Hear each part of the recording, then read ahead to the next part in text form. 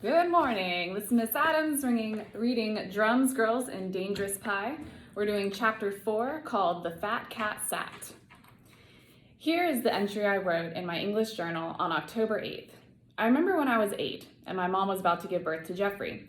My grandfather gave me a big pep talk on the way to the hospital. Well, Muscles, yes, he really did call me that. This is your big day. My big day? Why is it my big day, Grandpa? Come on, Stephen. It's not every day you become a big brother. And you're going to be very, very important from now on.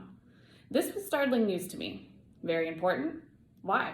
I'm not a mom. I'm not even a dad. I'm not even 9 yet. I still have my baby teeth even. You're going to be very important because you are going to be your new baby's protector.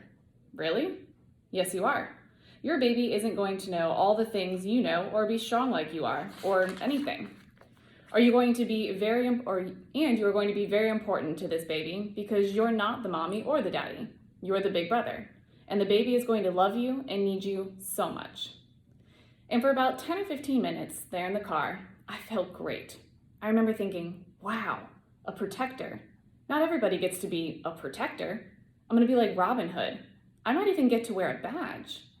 Then Grandpa nosed his huge Chevy Impala into a parking space at the hospital.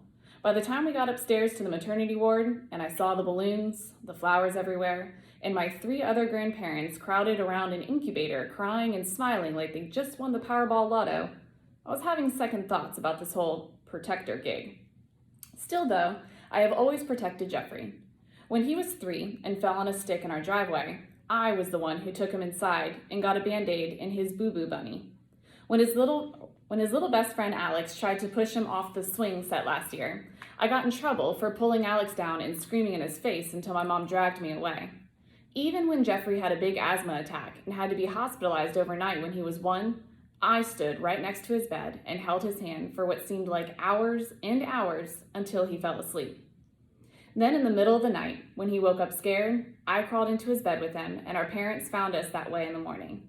I haven't always liked being the protector, but I think I have taken the job pretty seriously overall. So how come when I wasn't looking, Jeffy got cancer? The journal topic that day, I later learned, was discuss your favorite character in Huckleberry Finn. The thing I couldn't believe was how this cancer thing turned the whole planet upside down in one day. I mean, it turns out that Jeffrey had to have been sick for a while without us knowing it.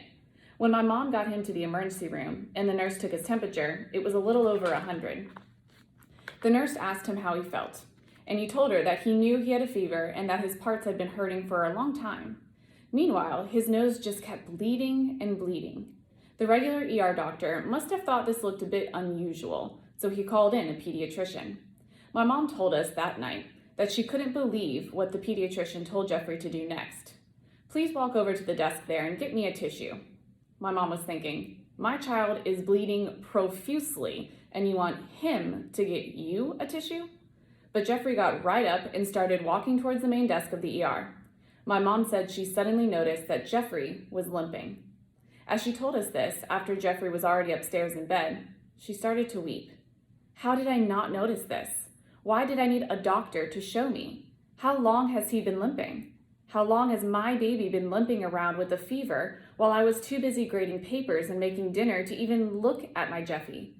My dad, who wasn't looking too composed either, came over and put his arm around her. He didn't say anything, though, so I chimed in. Mom, we were all too busy to notice. It's not just you. He even told me this morning that he was cold and his parts hurt, and I just thought he was Jeffrey being Jeffrey. I was bummed that he interrupted my practicing to ask for breakfast. My own brother. And all he wanted was some oatmeal. Now I was getting, truthfully, a bit weepy myself. See what I mean about cancer turning everything upside down? This pity festival went on for at least another hour, with each of us pretty much just saying, over and over, that this was somehow our fault. Now let's face it, I'm smart enough to know logically that Jeffrey didn't get sick because I stole change from his piggy bank when he was 3 and bought Tic Tacs for my whole class with it. But for some reason, on that first horrible night, it seemed as though everything I ever did to Jeffrey had probably caused some horrible genetic damage. And now there we were, confessing our sins. Finally, I asked my parents what was going to happen next. They told me that my mom would be taking Jeffy to Philadelphia an hour and a half away, first thing in the morning for some medical tests. So he might not even have cancer, right? If the experts are in Philly, these local doctors are probably wrong pretty often.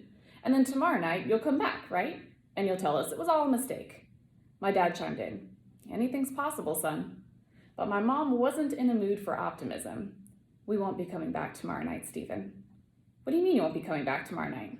What about Jeffrey's school? If he misses 2 days of kindergarten in a row, he'll probably miss like a whole letter of the alphabet.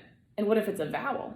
Then he'll have this huge problem with reading. He'll read the fat cat sat, but he'll think it says the FTCTST. Very funny, Stephen. And what about your work, Mom? Both of my parents got really, really quiet all of a sudden, and I knew this was not a good sign. Finally, my dad spoke. Mom might not be working for a while. But what? But why? How did... Stephen, I had a long talk with my principal today. There's a pretty good chance I'll be taking some time off work. Wow, Mom, you were pretty busy today. She looked away. I guess because I was nervous, I started to recap the day's events out loud. So, okay, here's October 7th with the Alpher family. Wake up as normal people. Younger son gets nosebleed. Older son goes to school. Dad goes to work. Younger son goes to emergency room. Younger son allegedly has cancer. Mom quits job. Mom and younger son get ready to skip town. Father and older son stand around like idiots and prepare to buy a huge supply of... what? TV dinners? Please calm down, Stephen. We are all going to have a big adjustment to make. Adjustment? Adjustment? Getting a new car is an adjustment. Switching math classes is an adjustment.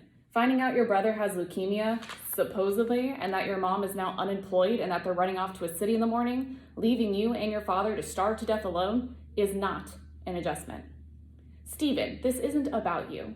How do you think your brother feels right now? Then we had another one of these new, despairing silences, until I had to ask a question that somehow hadn't occurred to me. Mom? How much does Jeffy know? It turned out that Jeffrey knew he might be pretty sick.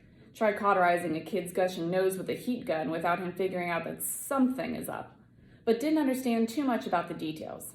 My mom hadn't wanted to worry him prematurely. When she told him that he would have to go with her to the big city in the morning to see another doctor, all he asked was, "Will Stephen come too?" This was the one piece of information that put me over the edge. I started crying. But when my mom started coming over to hug me, I ran upstairs for bed.